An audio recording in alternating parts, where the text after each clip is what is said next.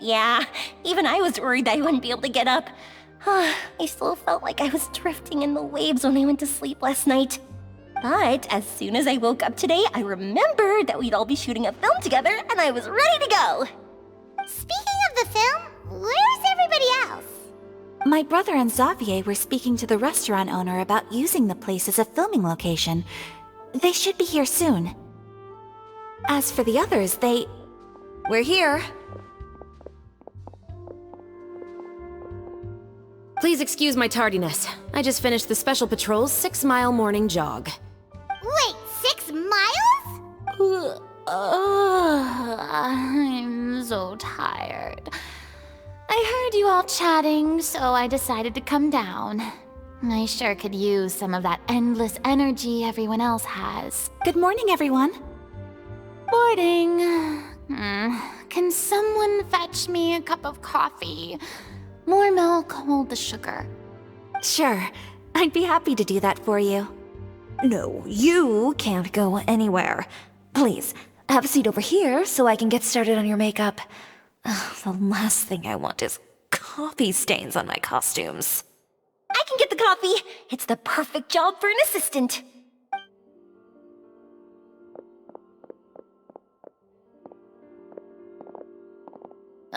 So much energy. Seriously, what's her secret? Oh, Yoimiya's always like that. But you sure look exhausted, Farina. It's because you're not used to waking up so early, huh? Of course not. I spent the whole night reading the novel from cover to cover, marking sections that either need to be omitted or adapted. Wow, Paimon didn't expect you to be so thorough. Well, I was the biggest star in Olive Fontaine after all. It takes more than just a pretty face to earn a reputation like that. I know how to get serious when the situation calls for it. I went all out when I was acting as an Archon, so why wouldn't I do the same for my own life? Here's your coffee, Director Farina.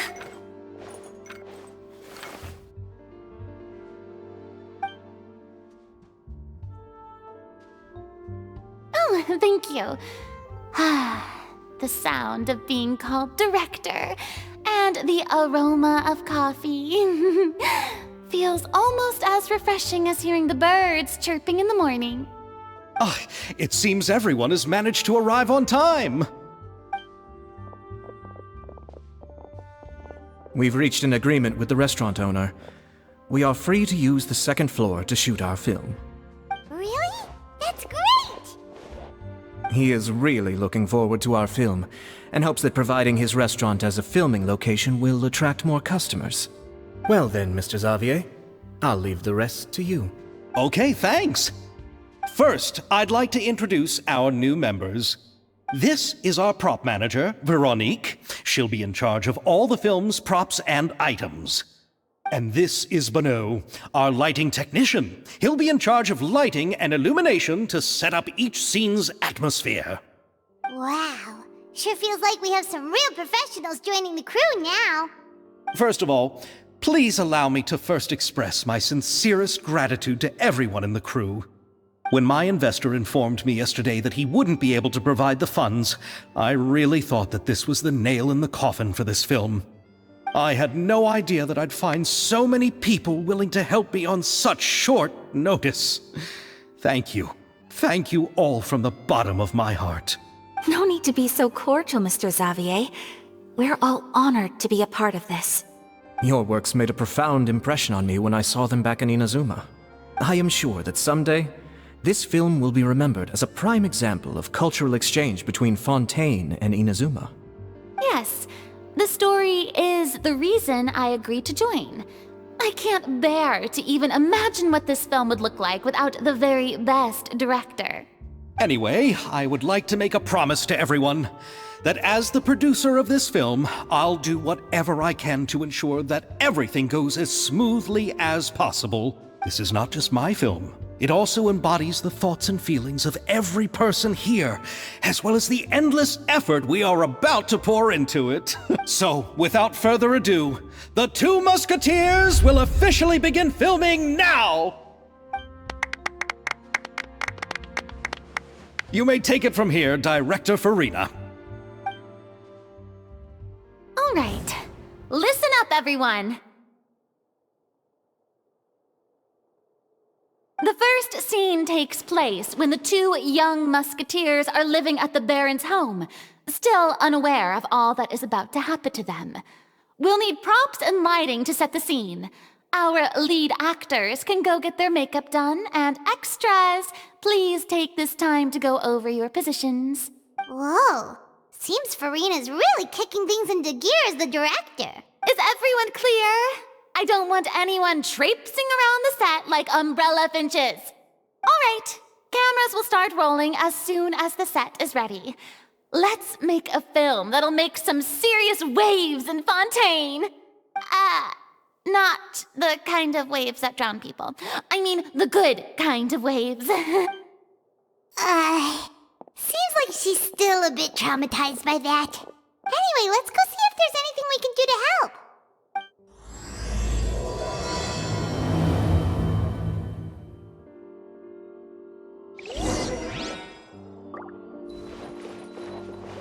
I don't need any help here.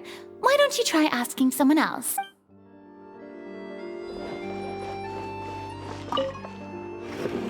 How about here? A little more to the left. You got it. Hey, Yoimiya, do you need a hand? No, I'm fine. You know, doing the lighting is kind of like designing a fireworks show.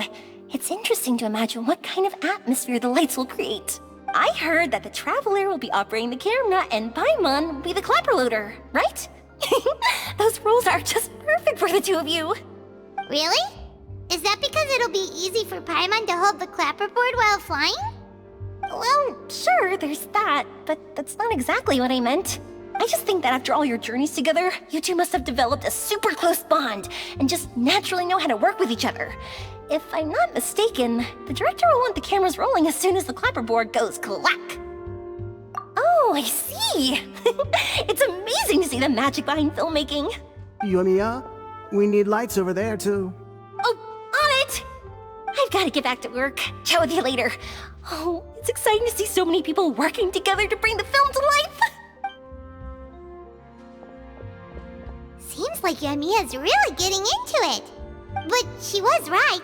We do have a super close bond, don't we? Paimon's really happy to hear that.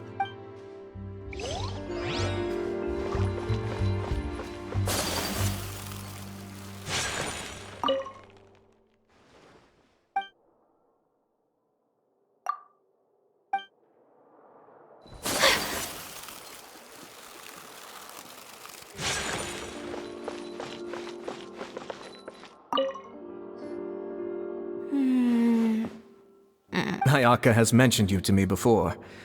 She said that you two were great friends when you were kids. No talking. I'm thinking about how to do your eyeshadow. Ah, yes. To help me really look the part. To achieve a more young and naive look for this scene. Are you saying the wrinkles around my eyes are too deep? You just have too much of a calculating look in your eyes. You sure don't mince your words. It seems you really haven't changed much. Quiet.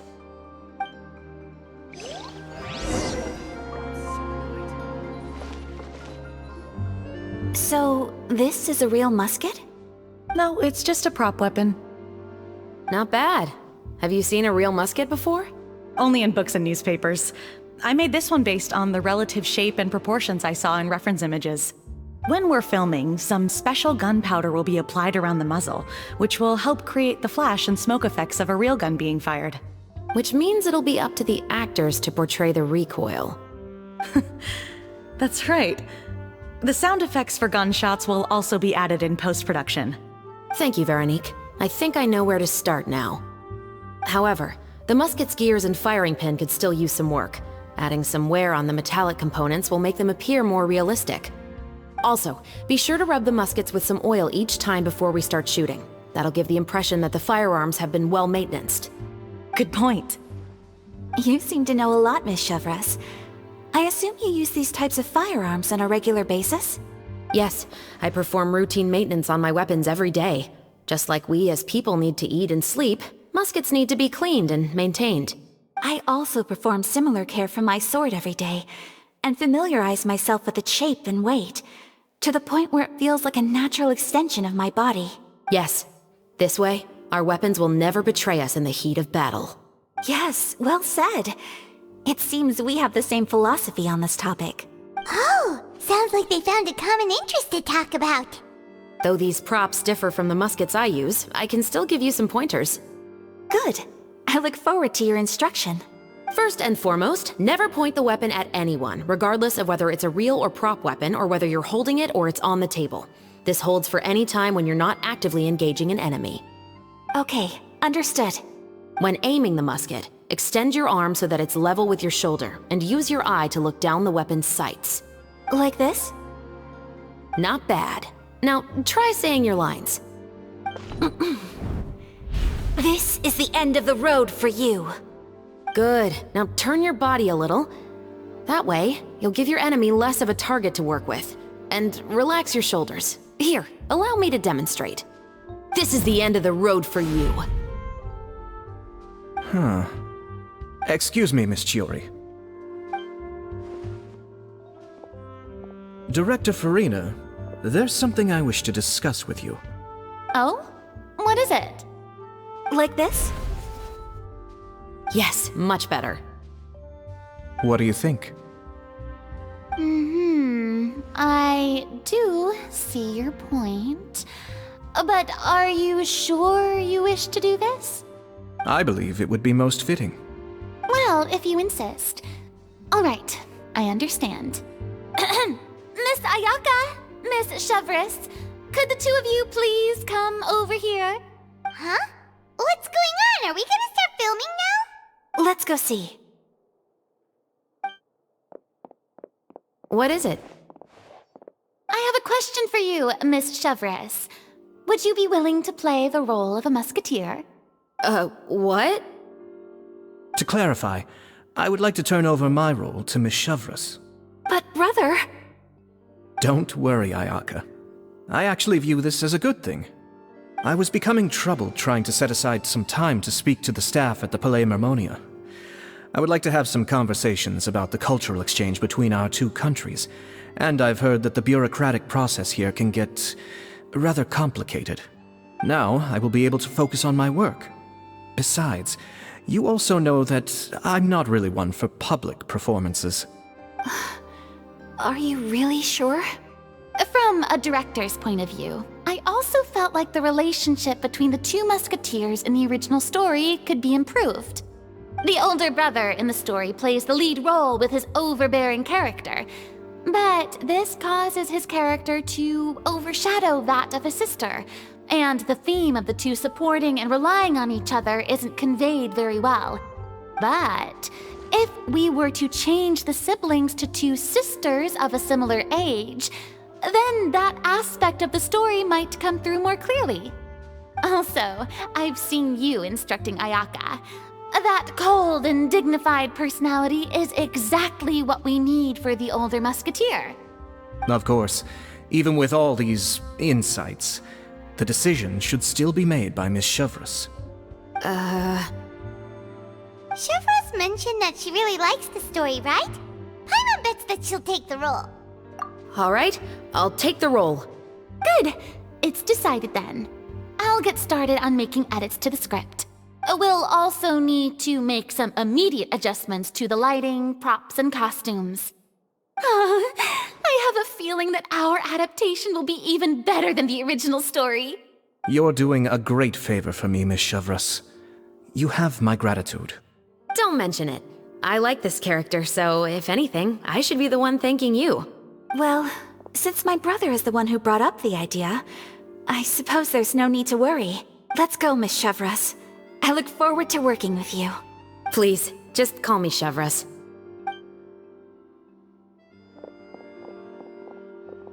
Seems like you're really going out of your way to solve the problem I was having with your makeup. Surely you jest, Chiori. I assure you that I was mostly motivated by a desire to spend more time on formal business. Oh, come on. You really think I'd buy that? According to what I've heard from Ayaka, her brother is someone who can juggle 10 different matters at the same time.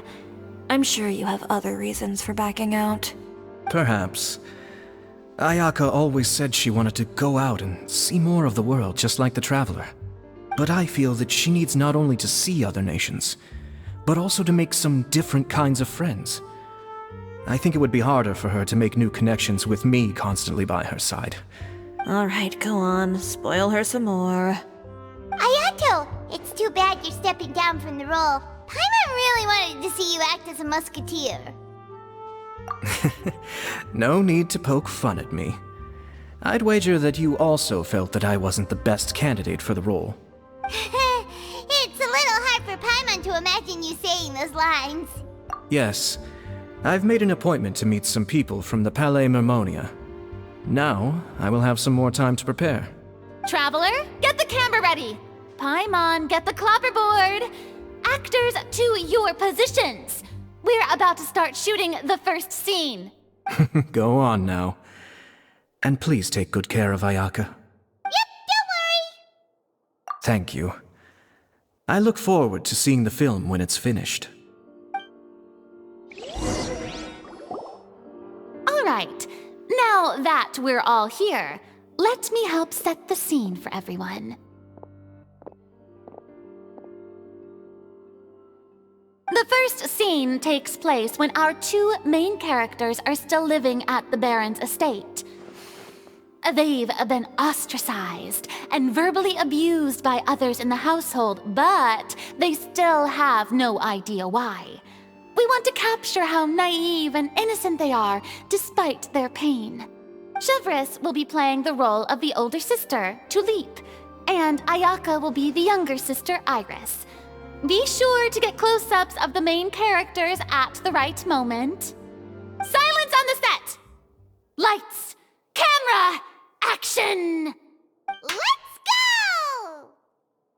Tulip, Mother's been out for quite a while now. Perhaps she went to pick some flowers on the way home. You know how she loves flowers. Iris, Tulip! I'm home! Mother! You were out for so long, we were beginning to worry about you. I'm sorry, but I'm back now, safe and sound. Here, I brought your favorite treat, apple turnovers. Mother, what are those bruises on your hand? Huh?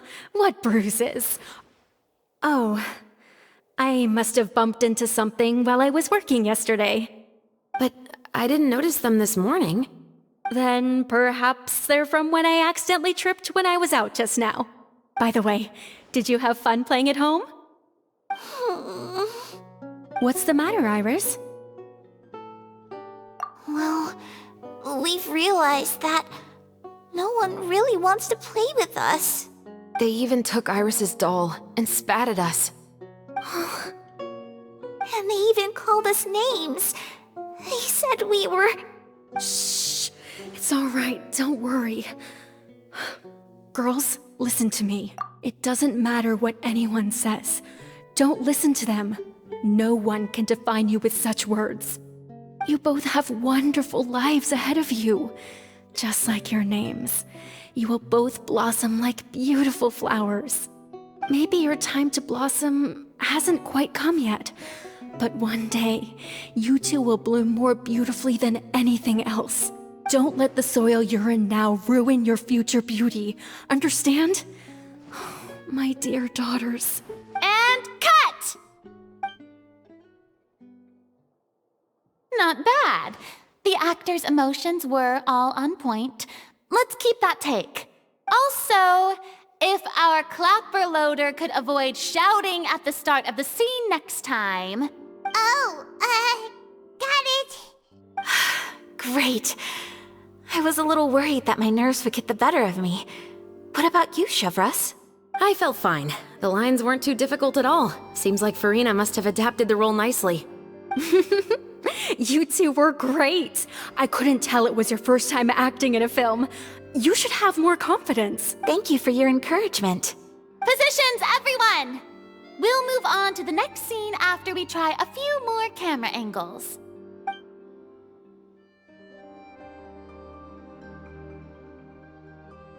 This scene is when our two characters return home, only to discover their mother has been murdered. Ready? Lights! Camera! Action! Mother, we're back! Mother?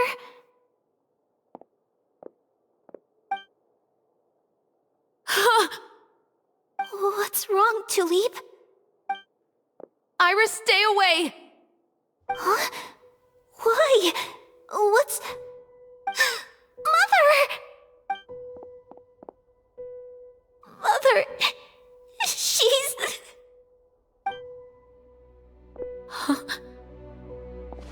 There's poison in this cup. Huh? I could have sworn I've seen this kind of cup before. Those aristocrats. They didn't even try to cover up their actions.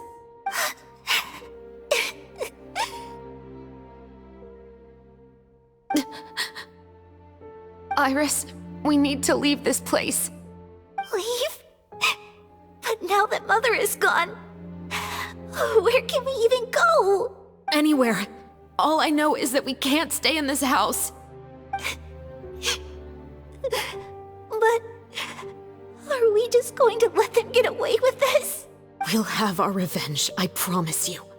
Just not right now.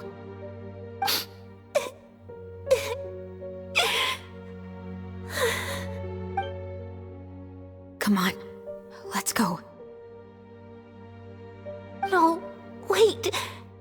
We can't just leave Mother here like this. At least let me leave this rose with her. That's why we went out in the first place.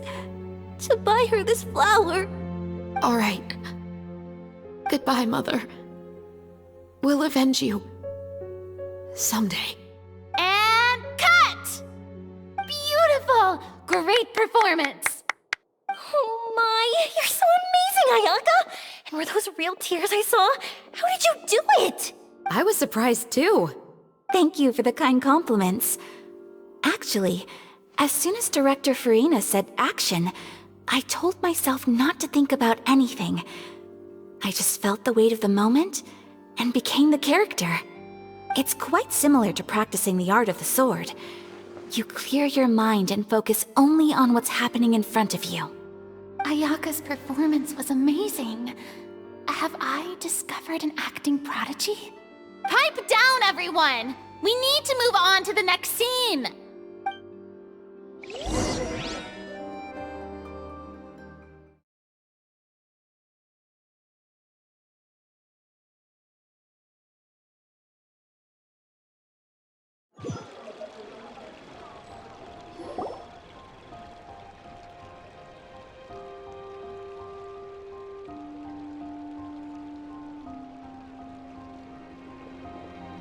Huh? Are we done already? But Paimon wants to keep playing with the clapperboard. How do you feel, Traveler? Is your arm sore from holding the camera all day? Good work, you two. You too, Shivers. You were quite the actress today. I've read this novel many times before. I have a good grasp of my character's mindset. Anyway, do you remember my request from yesterday? Oh, right! We were having so much fun that Paimon nearly forgot! You have a case where the murders seem really similar to the cases in the novel, right? So, how are they similar exactly? In the story, the main characters grow up to become two musketeers, always using their guns to carry out their revenge. And on each of the victims, they place a rainbow rose as a signal that they've returned. Yes, that's correct. We found rainbow roses just like in the novel. Seems like you're connecting the dots now. Oh, that does sound pretty concerning. Especially after seeing the script today. Oh, now Paimon can't stop wondering what kind of ulterior motive the murderer might have. What do you think, Traveler? You're smart. Paimon wants to hear your thoughts. Good. On behalf of Fontaine's Special Security and Surveillance Patrol, thank you for your dedication to justice. There's no time to lose. We should start investigating right away. Follow me. Huh? Right now? But we just got done filming all day. Paimon's so tired. The most valuable intel always comes after nightfall. They are like small, remote islands in the middle of the sea. If you don't stay vigilant, you will pass right by them in the fog. That's how one of my favorite books always puts it, at least. So, where are we going right now? Let's start by checking out some workshops that sell mechanical components. If the culprit is making their own weapons, it's very likely that they'll visit those sort of places.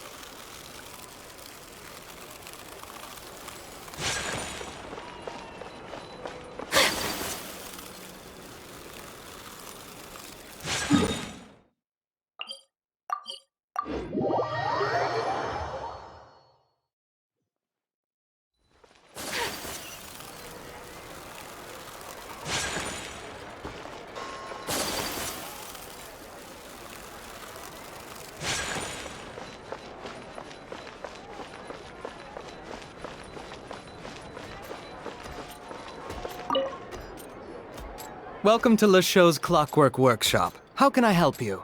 Hello. I'd like to know if anyone has purchased some special components lately. Special components? Sorry, could you be more specific? I mean the kind of components that aren't typically used for clockwork toys, but for firearms. Huh? For firearms? No, we don't sell those sort of things here. Don't misunderstand. I'm not here to cause any trouble. We are merely investigating a case, and we're hoping that you could cooperate. Well, to be completely honest, I'm not even sure what kind of components that would entail. Has anyone ever purchased components here as an individual rather than on behalf of an organization? We have a lot of customers who buy toys, but those who buy components are all regular customers who buy in bulk on behalf of their organization. Is that so? I understand. Thank you for your cooperation. You're welcome. It's the least I can do.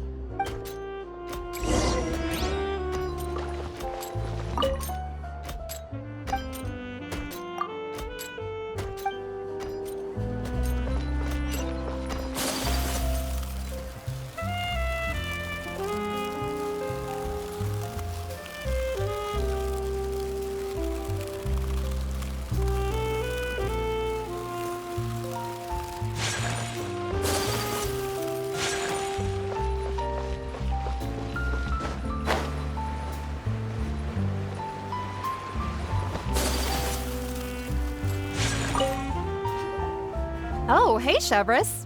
Run out of oil for your musket again? Hello, Estelle. I want to know if anyone has come to your shop recently to order some firearm components. Oh, is this another case? Let me think. I don't think so. Some people have requested that I make some prop guns for the Fontanalia Film Festival, but I refused all of those requests. Oh? Why's that? Because there's no profit! I only make things here that can do some real heavy lifting. I don't have the energy to make some new molds just for the festival. Then has anybody come specifically looking for mechanical components? Well, I usually sell off my scrap to the Fleuve Cendre. I don't typically give them to one specific person. I understand. Thanks for your cooperation. Don't mention it. Always happy to have the Musketeers' patronage. Seems like we haven't found any leads to go off yet. Yeah, unfortunately. All right, let's head to Fleuve Cendre next. Huh? Are you sure? People might not be so thrilled to see the captain of the special patrol there. You think so, huh? Then I guess you don't know. Huh? Know what? That I grew up in Fleuve Cendre.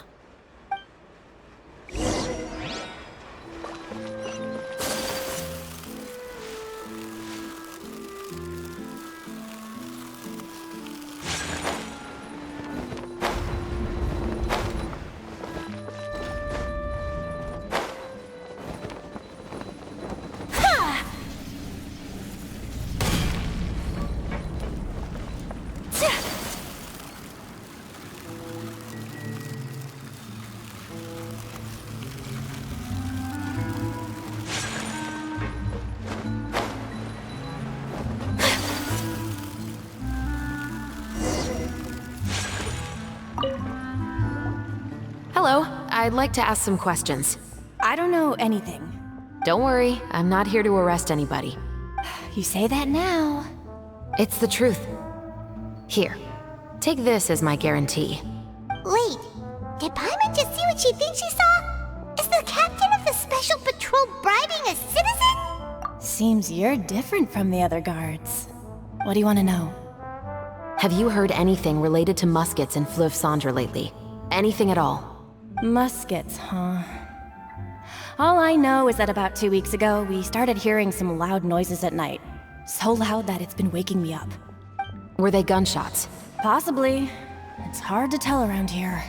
Someone's house collapsing, a pipe exploding somewhere, it's all the same. But the noises I'm talking about definitely happened after I fell asleep. Do you know where the noises were coming from? I don't remember clearly. Is it that you don't remember, or that you need to think about it some more? You tell me. Then please, think about it some more. She's giving her even more Mora! The noises came from the end of the Southern Waterway. I came out and had a look for myself when I wasn't sleeping well, but I didn't dare get too close. That's all I know. All right, I'll take your word for it. Thanks for the pâte de fruits.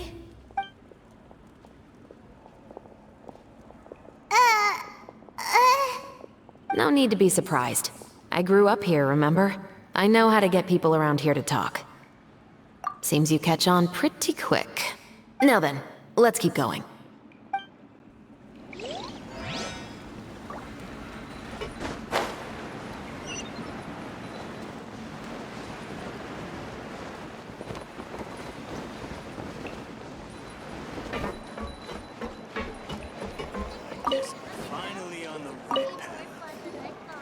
It's been a while, Tetro.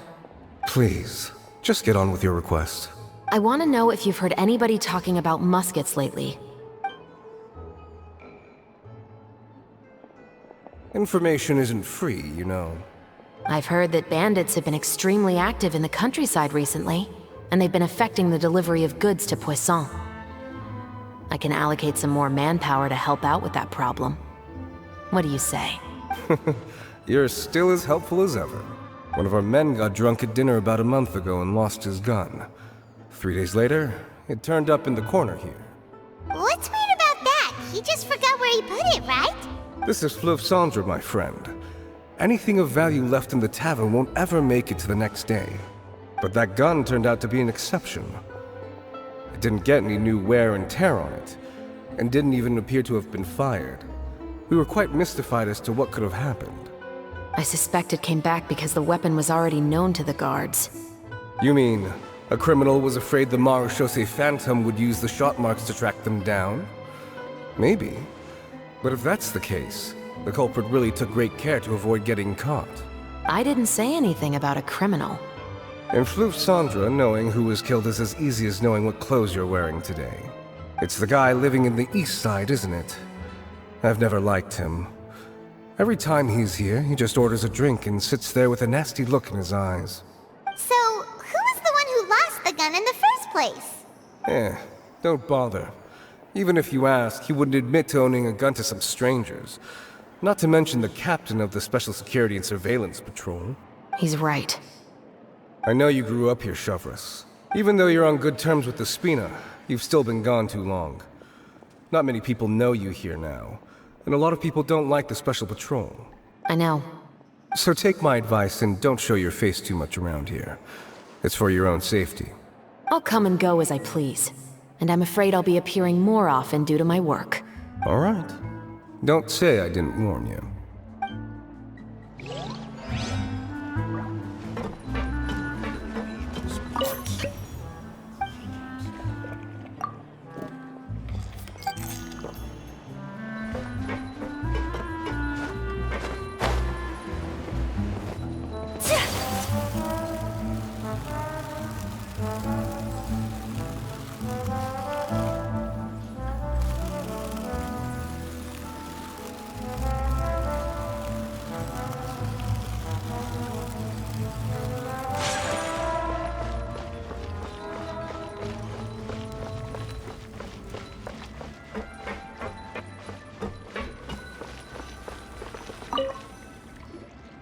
What's all this? Some broken planks and barrels, as well as some liquor bottles? Yes, but have a closer look, Paimon. even though somebody has purposefully tried to clean them up. These are obviously marks from musket bullets. In other words, someone was here trying to improve their shot. They were using the barrels and bottles for target practice. Could it have been the killer? Your guess is as good as mine.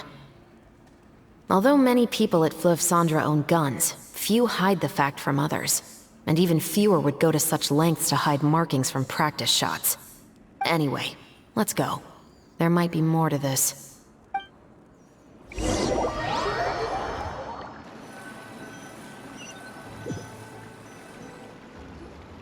Seems like that's all we'll be able to uncover for today. Paimon feels like we managed to learn a lot more here than up on the surface. Yes.